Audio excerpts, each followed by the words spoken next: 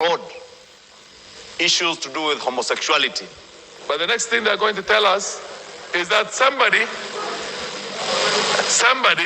has a right, a man has a right to marry another man, or a woman has a right to marry a woman. What do two women who are married do? What is there?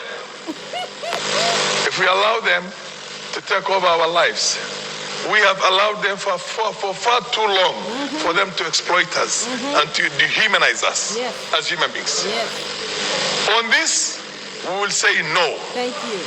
If they're going to come up with travel, what they call restrictions, keep your country, keep your cultures, keep your nonsense to yourselves. Thank you. And I'm talking to the West in this case here. It is quite clear from our books that some of these things in LGBTQ are actually outlawed. And therefore, anything associated with those characters cannot be allowed to stand against the morals of the people of Kenya. Whether it's sodomy, whether it's lesbianism, whether it's queerness, whether it is anything that is outward practiced by these characters who say they have human rights. They may have their rights in private, and I'm sorry, I shiver and shudder when I imagine what they do in private, because it is totally repugnant, especially to us Africans. Yes. It's also important to condemn those who come with these ideas. And this is why today we celebrate the president of Uganda, Yoweri Museveni. Sometimes it actually appears Idi Amin himself was a saint, because these are the things he was condemning those days, in spite of being incited by these same Europeans and Americans to kill a few Ugandans. Therefore, we as Africans must stand up. We must stand to be counted. We must tell these Europeans and Americans that for the little money they are enticing us with, I'm told they're even offering relief food to Kenyans so that you can legalize things like this one. They have been approaching our organizations, including the Kenya National Human Rights Commission, offering tokens so that they can promote rights of such characters. Thank heavens, these commissions and these organizations have said no to their little tokens. Thank you very much, all my African presidents and leaders that are saying no to the LGBT agenda. The Africans leaders are pushing back. They are standing their ground, and they are refusing to bend over backwards or bend over and take it. The Western culture is in an absolute downward spiral. It's decaying. An absolute moral corruption. And it's not enough for them to corrupt their own citizens. Now they want to export their filth, their perversion, their wickedness, and those evil, diabolical, satanic lifestyle. They want to export it to what we call third world nations.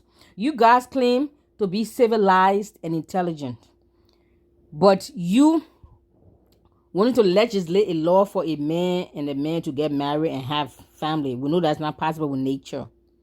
But you say you are civilized, but you want to push your so-called civilization upon us Africans that you consider us to be barbaric. For years, they have painted the picture of the Africans that were living in trees, we are hanging in trees, we don't have electricity, we don't have running water, we're a bunch of barbarics, poor people living in the village. But yet, you want to come and push your nonsense down our throat. Now, who's the barbaric now? Who's the uncivilized one now? Who's the illiterate fools now?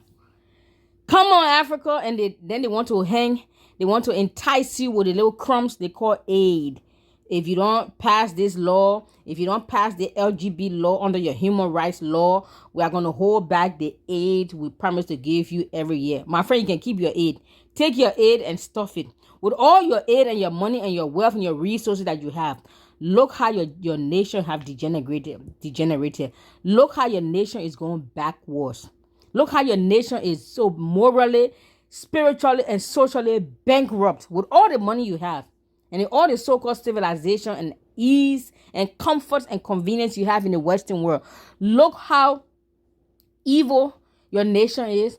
Look how your nation is digressing from what this America used to be such a great nation. Look at it now.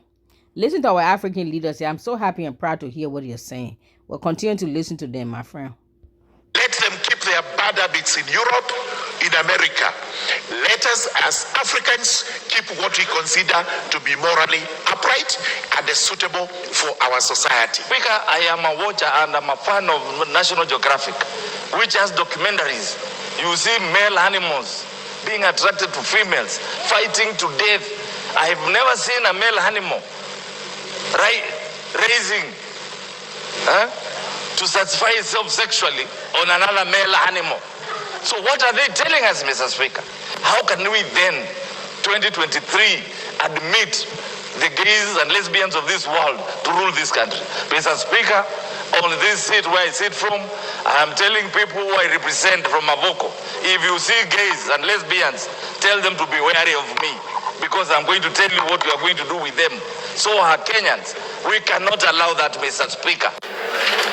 There is no right, if you look at the Constitution of Kenya and the laws we have in this country, to be gay, to be a lesbian, to be transgender, or to be queer, which is what the Q stands for in LGBTQ.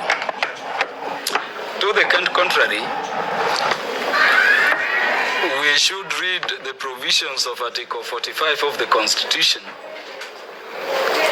First, it places the family at the very heart of the society. In fact, what it says is that the family is the fundamental unit of the society. At sub-article 2 of Article 45, it says only people of opposite gender can marry one another.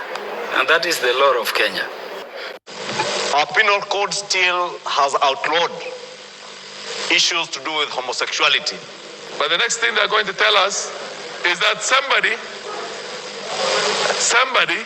has a right, a man has a right to marry another man, or a woman has a right to marry a woman. What to do with two women who are married